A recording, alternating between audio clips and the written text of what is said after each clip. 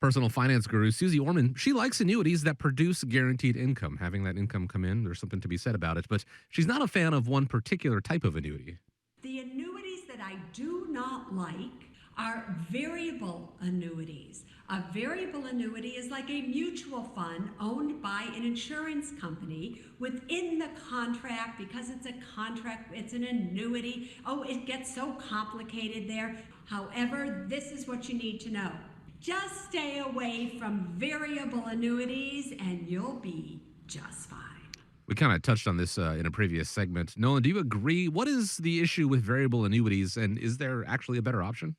Well, I think for the most part, Susie Orman is spot on. I generally don't give advice that say all investors should do this. So there are scenarios where a variable annuity can make sense in somebody's situation, but I think for the overwhelming majority of investors, they don't make a lot of sense. And the reason being is when you add up the fees and expenses, that's really what is wrong with a variable annuity, number one. So when you look at a variable annuity, and you slice and dice the different expense ratios, what you have is you have typically a mortality expense ratio that could range 1.25%. Then you could have, and the investment is in a sub account. So sub accounts are managed by investment management teams, and you could have another say 1% expense ratios. Generally, people buy variable annuities because they have some type of protection or guarantee. Oftentimes in a variable annuity, it's like an income guarantee.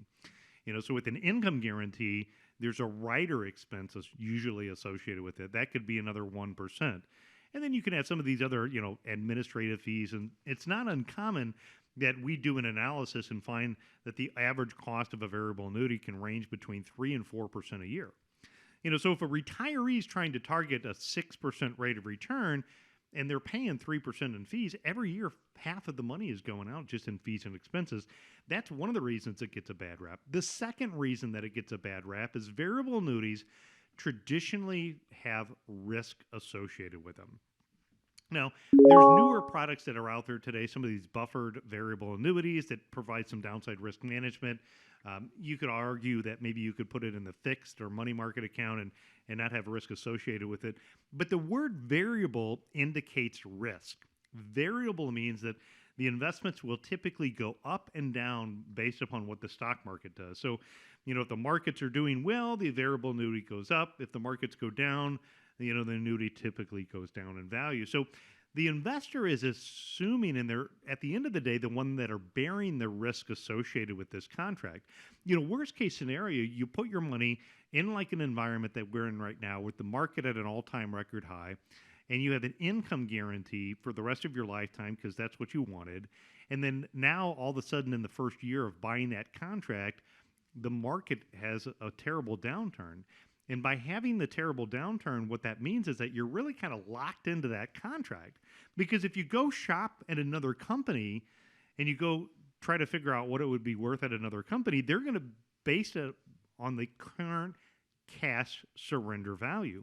So if your annuity went down in value and you have to pay a penalty if you're going to get out of it early, your offers at the other company are traditionally going to be less, and you could be stuck and locked into that a variable annuity, which may not be the best one for you as well. So, at the end of the day, when you look at this, there are some things, and you do want to understand like the fees and expenses. You do want to understand like the complexity of how they work. You do want to understand the risk that's associated with them.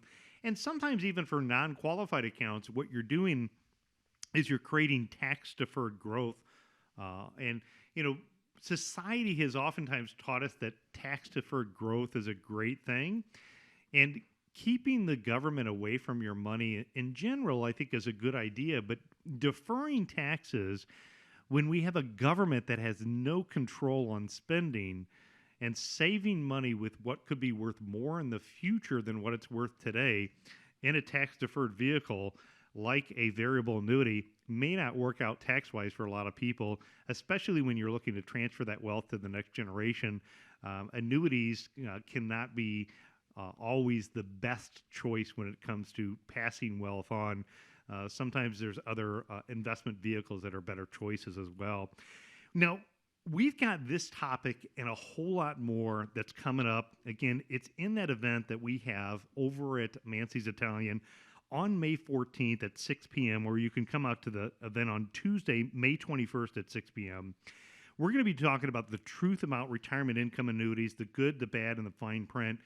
I did this interview with Susie Orman a couple of years ago. For most of you who followed us when we were the writers in the Toledo Free Press, we can have a copy of Susie's article for you there on the Money Talks. But we'd be happy to share more information about this.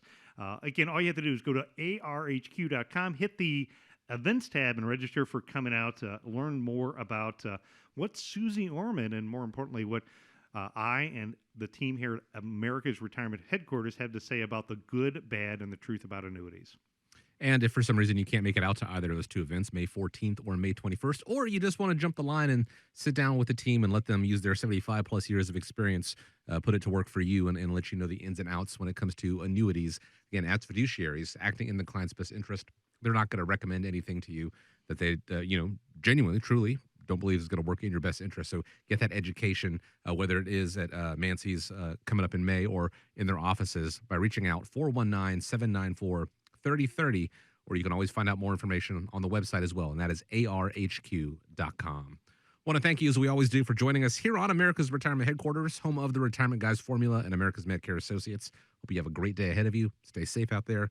Nolan, always appreciate the time. And as we wrap up here, I want to leave you with the final word.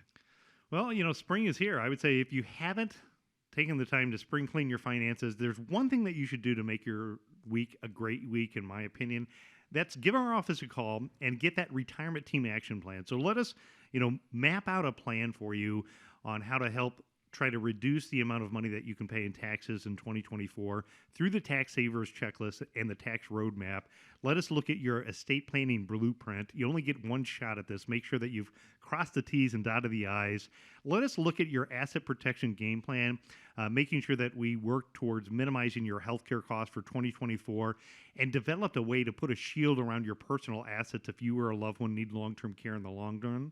And last, money management. Let's optimize your investments. Let's make sure that you understand and we stress test your plan. And it's as simple as giving us a call, 419-794-3030. Just tell us, Nolan, we have and want that retirement team action plan, and we'll make that available for you.